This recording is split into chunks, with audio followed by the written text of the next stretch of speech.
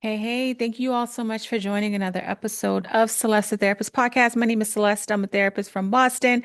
If you've never been here before, thank you for being here. I appreciate you. What I do on here is we talk about different things and we talk about how to deal with it. Last five episodes, I we talked about healing your inner child. It was a five-part series.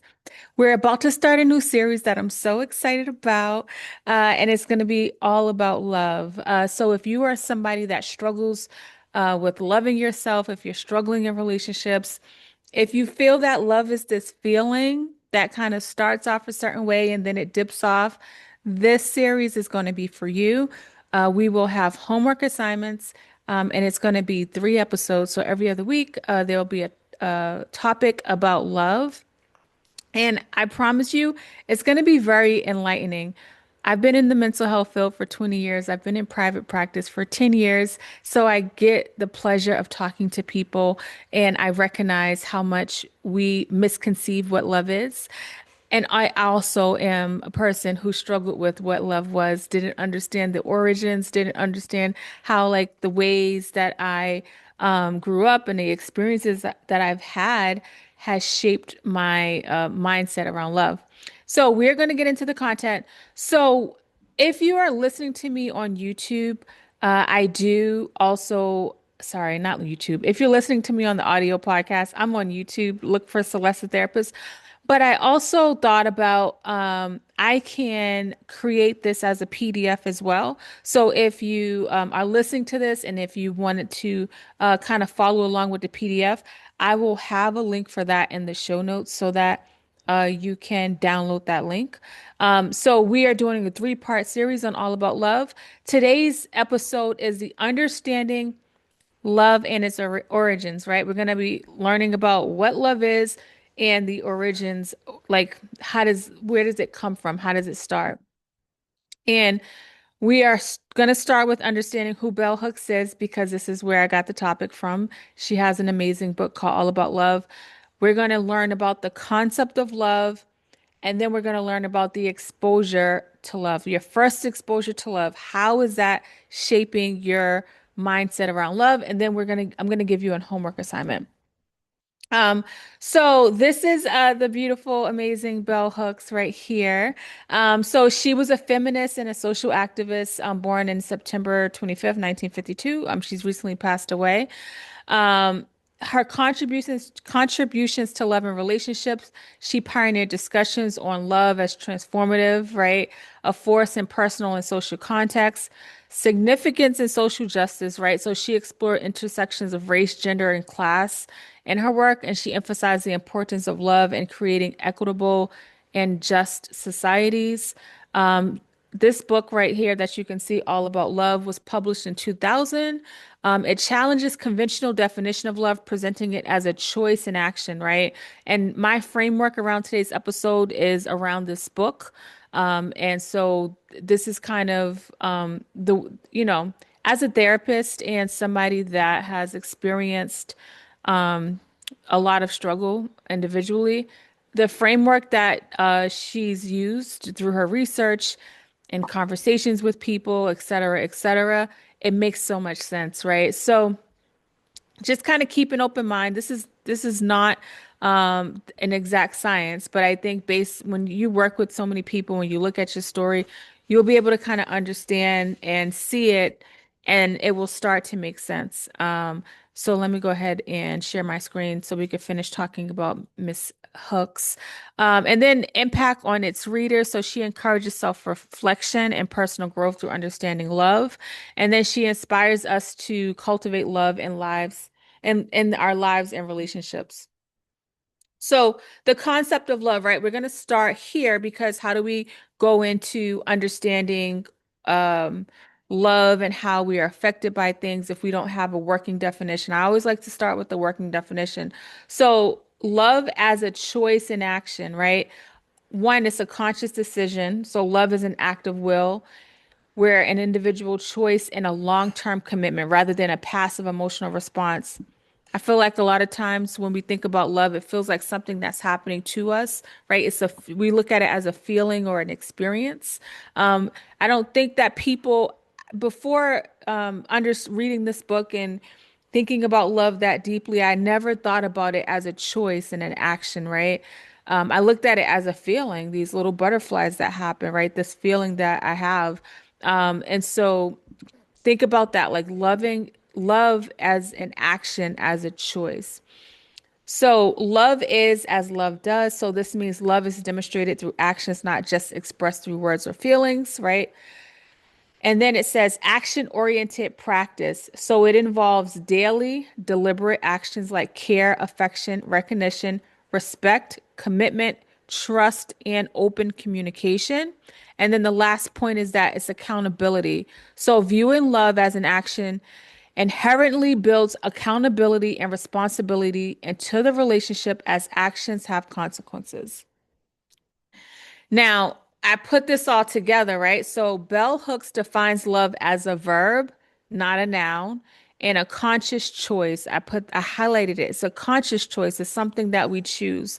And when I think about my life now, I choose the people that are in my life prior to me thinking about love and working through some struggles that I've had. I started to have less people in my life, right? There was more quality, less quantity. And when I think about the people that are in my life, it's people that I choose to have in my life because they fulfill me in some capacity. There's a reciprocal relationship that I have with people, and it is a conscious choice. Everything about the framework is literally how I look at my life, and my choice around love and my choice around the people that I am choosing to have in my life. Um, so it's a conscious choice to nurture one's own, sorry, it's a conscious choice to nurture one's own or another's spiritual growth through actions like care, commitment, respect, and trust. For her, love is not simply a feeling. I don't look at love as a feeling, but an intentional practice that requires will and action and is composed of a mixture of elements including care, affection, recognition, respect, commitment, and trust combined with honest and open communication, right? So, definitely like take notes on this because it is a lot to it's a lot to absorbed. And so definitely like if you're not on YouTube, get the PDF if you want to have it in front of you. But looking at love as a verb, not a noun, a conscious choice. Now, how does this shift the way we look at relationships, right? We're going to talk about how it shifts the way we look at relationships. Then we're going to go into our first exposures of love and like what that looks like. So, when it comes to relationships, that means there's this active engagement. So, we're actively participating in a relationship rather than passively letting it happen, right? Um, People say, I don't know how I got into this situation or this relationship, but I have these feelings, but we're not consciously in them. We're just like we're operating off of how we're feeling about the relationship. Responsibility and accountability, right? So when we think about love, it fosters a sense of ownership over your role in the relationship, leading to greater accountability for actions and decisions. And this is something as the type of therapist that I am, regardless of what's happening, regardless of what somebody's done, I always try to help people see what was your role in your parents' life when you went over there for Thanksgiving and you knew that they were going to talk about you. What was your role in your relationship when this person that you're dealing with is saying, I don't want a relationship, but you continue to engage in different ways that made you feel like you were used, right? So when we think about accountability, it's not that the way people like are treating us is okay. But I like for people to see like you have power in what you choose when it comes to a relationship, whether we're talking about work, whether we're talking about an intimate relationship, whether we're talking about a family. There is a choice, but a lot of times we have, it goes back to that inner child stuff, right? So if you haven't listened to the Healing Your Inner Child segment, definitely a great segment. But if you have struggled with the way that life was and you never really had autonomy over your life, your inner child could be coming up and you could be in different type of relationships and not feel like you have control. So that's something that's important to think about when we're thinking about shifting the way we look at relationships. Enhance communication so it promotes open discussions about needs, desires, boundaries, leading to healthier interactions and deeper connections. I've been married for 17 years, and when it comes to my relationship, we've had to have hard conversations, but through those hard conversations and hard situations, I feel like has created us to be more healthy, more vulnerable, more open to one another, right? A lot of times we haven't watched our caregivers have healthy conversations. We don't see it on TV. So we don't realize that some of the ways that we need or want this healthy relationship, we need to be an active participant and have open dialogue and be a little bit vulnerable in order to have like this healthy dynamic in our partnerships. Realistic expectations, right? Again, when we're thinking about this idea of the definition of love, we're using that working definition. A lot of us don't have realistic expectations, right? So, realistic expectations challenges romanticized notions of love. It helps you set more realistic expectations about the effort required in relationships. Again, we'll talk about this in a second, but we're so used to seeing things in highlighted reels and the person lived happily ever after that we start to look at love in that way. And so the things that are in between that point of like living happily ever after or the stuff that we're seeing, how do we get to that point? There's parts of relationships that nobody talks about. Relationships aren't easy. I always say if you are in a relationship, you're choosing to love somebody. It's a choice to be in that dynamic. And that dynamic doesn't mean that the feeling that you have when you first meet that person is always going to stay. You have to work for that. And a lot of times we don't even think about the reality of what a relationship looks like. There are people that choose not to be in a relationship because it's a lot of work, right? So another thing about shifting the way we're looking at relationships is that focusing on growth. So it encourages personal and relational development, promoting you to reflect on your beliefs and behaviors regarding love, empathy, and compassion. So it cultivates a deeper understanding of your partner's perspective, fostering empathy and compassion in your interactions. You are two different people coming from two different backgrounds. So there's nothing's going to be 100% okay. There's going to be things that come up. And if you're not able to look at your partner and their dynamics and where they've come from and how that affects and plays a role in the relationship, it's going to create for a hard relationship, right? I was born and raised in America. By a single parent. My partner was raised here, but he's Haitian, a whole different culture, two-parent household, right? So the dynamics look differently. We decided to have kids. The way that we parent our children, there's conversations that need to happen, right? There's all of these little things that come up when it comes to our relationship and we're older now. We started dating at like 19. We were young, right? We literally grew up together and been with each other for more than half our lives. But we've had to make adjustments. We've had to have conversations as things were changing. It wasn't just like we just went through the motions. People do go through the motions and can still stay married for 20, 30, 40 years.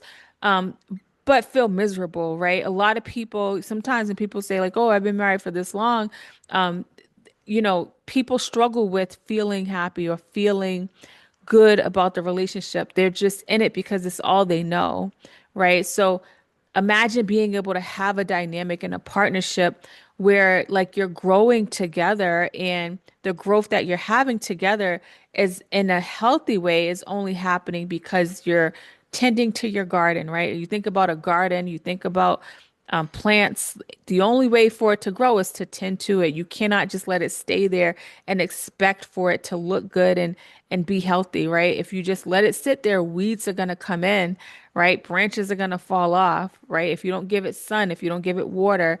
And when you think about a relationship, I want you to try to think about it in that way as well. So when it comes, oops, let me go back one second. So resilience and challenges. So it helps couples navigate difficulties by emphasizing their commitment to love and work through the issues, what I just talked about. And then the last thing I want to say about this is the foundation of respect and trust. So it promotes the development of mutual respect, trust, and support, creating a solid foundation for lasting relationships. So that is the working definition of love. Those are the ways in which you can shift your ideas around love. This is a really great episode for people that are in relationships or wanting to like get back into the dating game or having a hard time understanding relationships because everybody like who doesn't want companionships? Like people want companionships, but they don't know what it takes to have a healthy dynamic in a companionship. And a lot of it is stemming, from love. And then the foundation for me, I think about is our inner child, right? That struggles and the pain and the good stuff, all the things that our foundation and how we grew up, right? Our inner child. But then the love piece, I think, is something that's another powerful subject to really understand for yourself. A couple of quotes. So, a couple of quotes to kind of drive this home from the book. Love is an action, never simply a feeling. To love well is express love in ways the other can feel. Um, Love is a combination of care, commitment, knowledge, responsibility, respect, and trust. And then the last one is when we can learn to love ourselves, we can learn to love others, right? I know a lot of times people don't realize it, but they are looking for love without even loving themselves. I was that person looking for that like love, looking for my partner to take the pain away, not realizing like I wasn't even comfortable with myself. I wasn't even comfortable. I wasn't even giving myself love that I deserve, right? And so I'm not giving myself the love that I deserve, and I am trying to be in a relationship. Um, it's a really that's a combination for a really hard relationship when that's the case. So really being mindful of as we're talking about love, thinking about yourself and are you committed to yourself? Are you respecting yourself? Are you being vulnerable with yourself, right? Do you trust yourself? Are you committed to yourself, right? When I'm talking about love, I want you to think about this when it comes to yourself as well. Now, the next section we're talking about is your exposure to love, right? What are the first exposures to love? And the first section is family dynamics, right? So, influence of family dynamics. So, family is often the first source of love and emotional support. So, your early experience with your caregivers are going to shape your lives about love and attachment. It's like logically I think we know this, but do we know this, right? Is it a conscious thing? uh who you grew up in the house with, a lot of times when I'm doing an intake and I'm meeting people for the first time, I'm asking about who was in the house, who did they grow up with, what was that parent like. When I have people that are struggling with their parents, right, and the way that they are, I learn about the dynamic and what took place. The way that you were shown love, for some people it may have been healthy. For a lot of people it wasn't healthy. And for some people there may have been physical, emotional, sexual abuse that took place. And for some, like emotional neglect, right? So there's some, when it comes to like physical, emotional, sexual abuse where you're like screaming and yelling and doing things to your children, like that's clear. But I think when it comes to the neglect, like there are some parents that don't even know how to be vulnerable with themselves, so they never had a chance to do it with you. They never kind of checked in with you. They never really asked you how you were feeling because they didn't even know how they were feeling themselves. They didn't even think about feeling as a thing. They just wanted to make sure that you had everything you need to survive, right? So the way that you were taught love, part of the first exposure took place in your home. So the types of love you experience. So there are some people that had unconditional love from your parent versus conditional love based on behavior, right? That's something to like really think about. Like, how did my parents show love to me? Was it when they were upset? They didn't talk to me, right? If they had a bad day, did they start yelling at me? Did they come home angry? Was I anxious, not knowing, like, oh my gosh, am I going to get in trouble now? Are they going to yell at me for this, right? Was the love that you were, was it consistent, right? Did they yell and then buy you something later? You know, were you used to cycles of kind of abuse in that way?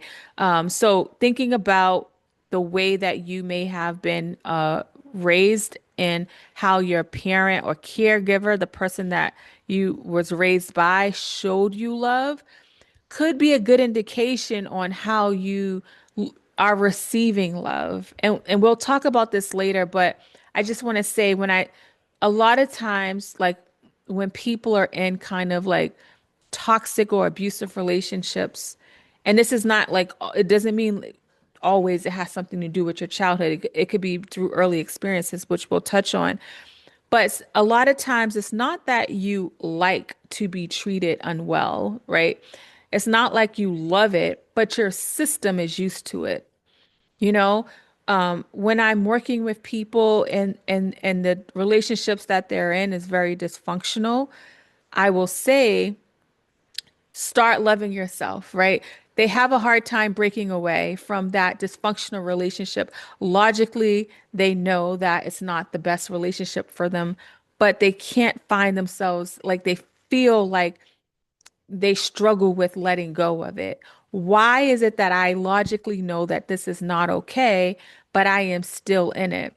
When it comes to your exposure of love, it's unfortunately could be a familiar way that you were engaged with love, where you've watched cycles of your parents and the way they interacted with each other or the way they interacted with you, where there was never any consistency in that, right? So just kind of be mindful of that. Communication style. So family communication patterns influence how love is expressed and received. Open versus closed communication affects emotional intimacy and connection, right? The way that your caregiver may have communicated with you, and the things that you guys were able to talk about or not talk about. And then the last part of family dynamics, this part right here is cultural and societal influences. So cultural norms can dictate expressions of love. And then societal expectations can shape family roles and dynamics, right? So the first exposure to love, thinking about influence of your family relationships, the type of love you experienced in the house, the communication styles that happened in the house. Was the doors closed? Was it open? Were you guys checking in with each other, right? Did you guys just go home and stay in your room and nobody talked, right? And now as an adult and you're in a relationship and your partner wants to talk to you, but you struggle with talking, right? Really understanding how things happen in your life because it's shaped how you are. Doesn't mean you always have to stay that way, but it has shaped how you are. The different structures in the family can shape the way love looks like for you as well, right? So there's a nuclear traditional family two-parent household, often emphasizes stability and support. I'm not saying that that's the case, but it can foster a sense of security, but may also create pressure to conform to specific norms, right? Again, depending on the type of household you grew up in, that can have an influence on you. So it's not like one or the other, it's this and that and that and that, right? So all of these things mixed together. As I'm sharing this stuff, it's not like one over the other. It could be this and that and that and that. So the nuclear family, was you raised by a single parent, may lead to stronger bonds due to shared experiences and challenges. Children may learn resilience and adaptability in love and relationships. Blended families, right? Where you raised in a blended family, it starts to introduce complexities in love dynamics, requiring negotiation of relationships. It can teach the flexibilities and the importance of acceptance of love. And then, like, there's this extended family where you raise in an extended family. And the last kind of family dynamic, same-sex families, right? Challenges traditional norms of family and love, promoting inclusivity. Children learn about love in diverse contexts, fostering acceptance and understanding. So, as we're looking at these different family dynamics, a single parent, blended family, nuclear, same sex. Now, if you're two different people who grew up in two different families, let's say one you grew up in a single family, one you grew up in an extended family, there could be some conflict there, right? Where it's like, no, we have to go to this house and that house and this because you grew up kind of having that as your baseline. And then if you grew up in a single family with not single parent household, not a lot of extended family, and you're in a relationship with that person, you may struggle with why do I feel this way about going and not understanding your bandwidth, where it's like maybe I can go to this event, but I can't go to this event, but feeling pressure that you have to because that's what your partner is doing, right? So really understand, that's why it's so important understanding yourselves if you're in a relationship and then each other so you can begin to understand the things that you need, the things that you struggle with, the things that you're triggered by. How do you understand that if you're not thinking about like your origins of love and the ways in which you were exposed to love? Now, there's also cultural influences on love, right? Social media, platforms like Instagram and TikTok can create pressure to conform certain relationships. Looking at a bunch of highlighted reels, this is like this is so I'm 43, right? And I didn't grow up with social media. And I'm a therapist, I talk to people, I see how much social we allow social media to play a role in how we are looking at love. I want you to try this. I want you to take your phone out right now. And I've been doing this in my sessions and people are blown away. I've never had one person to say like, oh yeah, that makes sense. It was like their eyes got wide open. I want you to take your phone right now, go to your settings, um, and then go to your screen time. That's for Apple. Android has a different thing, but if you Google, how do I look at my screen time? You'll be able to see, look at your screen time and pay attention to how much you're spending on these apps, how much they'll break it down. TikTok, Instagram, YouTube, all of these apps. How much time are you spending? Not realizing we're happen to be talking about love right now, but in general, you don't realize how much the social media can be influencing the way you're thinking about things. And when it comes to love, and you're seeing, Christmas is around the corner, you're seeing everybody coordinated in their little outfits, not knowing they was just cussing each other out right before the picture was taken and cussing each other out after the picture was taken. But oh, I see this pretty picture, and all of a sudden I'm struggling in my relationship because you don't want to take a picture with the matching pajamas. You see how that works? Not even realize it. Just same way if you see, a pizza commercial, you might start craving pizza, not realizing you craving pizza because you just seen a pizza commercial. There's so much that we are looking at and seeing, and we're not realizing how it's influencing us. You could be having you and your partner could be fine, but all of a sudden you're struggling with your partner, not realizing is because you're matching what love looks like based off of what you've seen on TV, what somebody's vlog is about what their partner got them. You see, if you be on social media like that, you see people that you've romanticized about or thought was like, oh my God, they're so amazing, and you've seen how the breakdown took place, right? So be mindful on how much you're allowing social media to dictate your ideas of love. Influence of religion. So religious beliefs often dictate views on love, marriage, and your family roles, right? So really thinking about and this is not so thinking about the ways that you were taught the religion, right? How does that influence you and the way that you look at love? And if that's the direction you're going, that is totally fine, right? But be mindful on making sure you are in a choosing partnership that is in alignment with that, right? Generational differences. So cultural shifts over time influence how different generations perceive love, right? Younger generations may challenge the traditional norms, embracing more diverse definition of love. And then there's the intersectionality factors of race, gender, and socioeconomic status that shape your experience of love. cultural background can influence how love is expressed and understood around different communities. So there are all these things that go into how we are looking at love that we may not realize. And then cultural norms and values. So different cultures have unique beliefs about love, marriage, and relationships. Norms dictate acceptable expression of love, such as public display of affection or familiar obligations.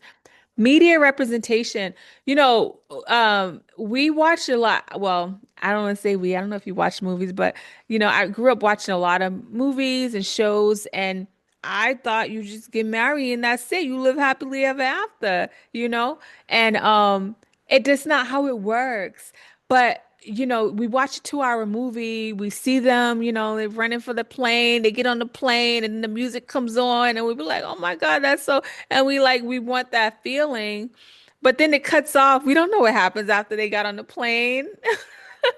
We don't know. And so we really have to be mindful on how the movies, how the shows, reality stuff, how that has influenced us. So there's a way to watch a show, and that is what it is a show. It's a way to look at social media. That's what it is. It's a moment in their life. It is not their entire life. If you're not mindful, if you're not consciously involved in your thoughts, you will allow that to take place. So really being mindful on the way that you are consuming content on the media, like the movies and the TVs, and understanding like how it's shaping your mindset around love. And then romantic ideals. So media often promotes the happily ever after, which I just discussed. Narrative influencing how we view relationships. The portrayal of love as effortlessly, like it's kind of like it's effortlessly. There's no intention behind it. Earlier I said we got to be actively involved. You're not it's just it is what it is. You just go, you get up, and it's just like, oh my gosh, and it's like, no, that's not how it works. Because that's why relationships struggle. Because if that's the way you kind of think about love, and the moment things start going astray, you be like, wait, what's going on? This is not love. So really being mindful of how that shaped you. And then the last part of this segment is with early relationships, right?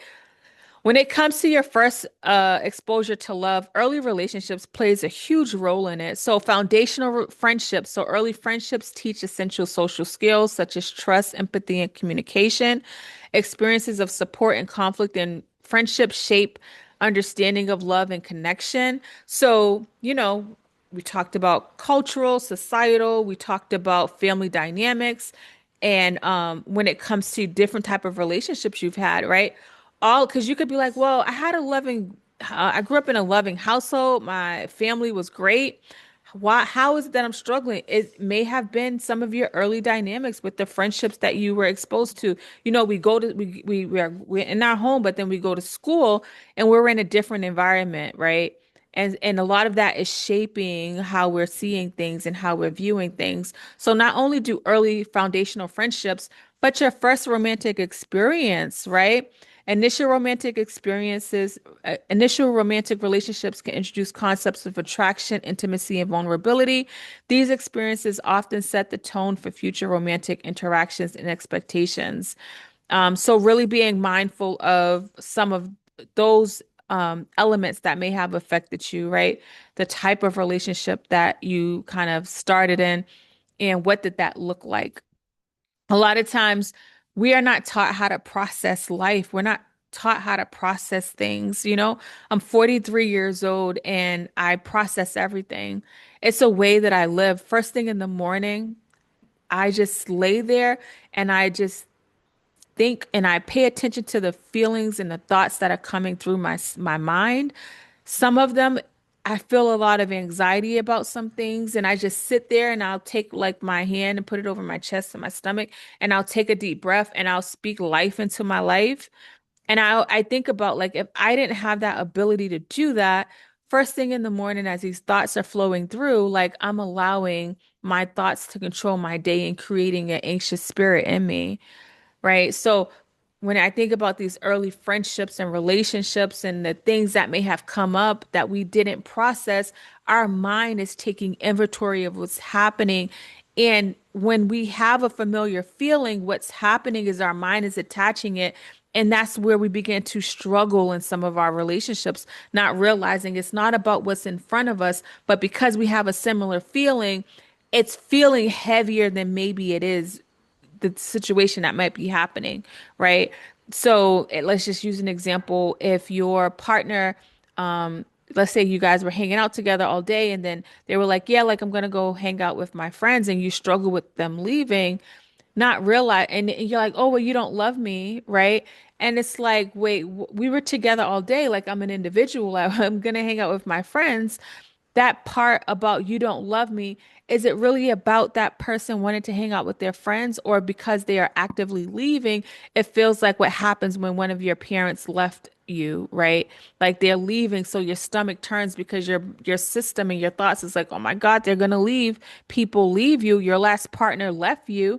Your last partner, when they would leave, they would go out and do other things, not recognizing that that feeling is bringing on these thoughts. And if you're not aware of it, you're going to find yourself struggling in your relationships. So, really being aware of these things. Early relationships, so learning about boundaries. So, early relationships helps you understand personal boundaries and respect for each other. Navigating boundaries in friendships and romances inform future dynamic relationships. And then when it comes to early relationships, the last part is influence of peer pressure, right? So friends can influence perceptions of love and relationships, including societal norms and expectations. I always tell people be mindful on who you are talking to about your relationship. If you're talking to somebody that's bitter and single and you're asking for relationship advice and they're giving you information that is coming up and it feels like they're hating or they're being bitter about it, you're asking somebody for information from the mindset that they have. If they've been hurt, if they've been in hard situations, they're going to give you hard information. That's like me struggling with my heart and I'm going to the podiatrist and the podiatrist only wants to look at my feet. But I'm like, but doctor, like my heart is hurting. And it's like, but I'm a podiatrist. Like I didn't study the heart. I studied the feet. So being mindful of who you are getting information from, because when it comes to peer pressure, you don't realize how much the people that you're talking to can influence your relationships. Impact of breakups or early breakups could shape beliefs about love, trust, and emotional resilience. If you had a hard breakup, disappointment, and you didn't process it, your mind is taking inventory and your mind is doing what it's designed to do. It wants to prepare you so nobody breaks your heart again. So, of course, you're going to go into another relationship on edge if you do not process, if you do not tell your mind you're okay. Your mind is only going to look for evidence that will confirm that somebody might leave you. So then you might find yourself self-sabotage and not realizing that's what you're doing. Role models and examples. So observing friends' relationships can be part of the way you may have like experience what love may look like. And then the cultural context, so cultural background influences how your friendships and romantic relationships are perceived and formed. And so all of these things put together, right? That we just talked about, the early relationships, the cultural norms, your family dynamics. We talked about like all of those things and how if you put them together, there's pieces that could be influenced in how you are looking at love, how you are looking at relationships, right? I know you haven't been really looking at it on a conscious level, but I'm hoping with this episode, you can start looking at your dynamics on a conscious level, looking at, okay, I realize because this happened, that might be why I feel this way about this. And I can have a conversation about it. I can journal about it, right? All right, so let's just take a deep breath. We're going to go into our homework assignment. Um, if you want to go deep diving into like understanding yourself and love, this is a great homework assignment that I'm going to assign to you. So I want you to reflect on your first experience of love. And again, you can download the PDF so that you can actually look at the content or actually replay this or look at your notes if you've been taking notes, right? Reflect on your first experiences of love. We talked about the different ways that love And you can go through each of the categories, right? If you really want to go deep, write down three memories that shape your understanding of love. So, what was your first memory of love? How did your family express love or the people that you grew up with? And then, how do these memories influence your current relationships, right? Not just romantic. Look at all the relationships. How do you think this influences our relationships? When people are struggling in one area of a relationship, I notice there's a pattern in other areas. So that is the homework assignment. Um, if you want to, let me just stop sharing this.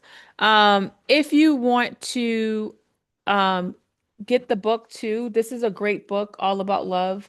It's on Amazon. But this is a great book to like read and follow along with as we are going through the series. And things may come up that may feel hard, right? It's okay. You know, the things that come up that feel hard, like remind yourself, like, I'd rather know than not know, right? Because the things that are coming up, it's not like they're new things, they're just buried deep down inside. And if you want to start having power over your life, you got to accept, you got to be aware of what is happening, but understand that it may be hard. You may have to put it down. It's okay. Like if you start going through some early memories and realizing, like, oh, this is why this is happening, and you're feeling emotional, it's okay. Sometimes when people start crying or feeling emotional, they're not used to it. They're like, oh my gosh, I'm sorry. I was like, are you sorry for being human? Right? Are you sorry for having a human experience? So I want you to not judge yourself. I want you to be aware, but not judging yourself around what's coming up for you. If you want to find me, let me go to that slide. You can find me on all social media platforms. Let me go to that other slide. My stwyt.com. So I have a wellness center in Stoughton, Mass. So if you ever are looking for somatic classes and you're in the area, go to stwyt.com. Celeste the Therapist, I have a personal page and a podcast page. One is just straight Celeste the Therapist. One is Celeste.the.therapist. And then TikTok, Celeste the Therapist. And I just started a business page, STWYT. And then obviously you can find me on YouTube. The websites are celestetherapist.com and stwyt.com. The next two episodes, what are we talking about in this series? We're going to talk about the struggle of love in relationships, a really good one. And then we're going to talk about cultivating self-love and healthy relationships. That is our series. And I'm really excited about it. I have two books and I don't have the other one in front of me, but this book right here behind me is a guided journal. 365 days of intentional living. If you are looking to work on like getting your thoughts out and checking in with how you're feeling, that's a great journal. I also have a book called Relationship Goals. I created it. I named it Relationship Goals because I would see people under relationship like pictures and be like relationship goals hashtag, and I'm like, it's a picture. So I broke down 8 different sections on like what is relationship goals, like what that looks like. And it involves like communication and talking, and I use my life and my relationship as an example throughout the book. So thank you all so much for watching or listening to me, whichever you're doing. I hope this was helpful. I hope this makes sense. And until next time, beautiful people, I will talk to you later.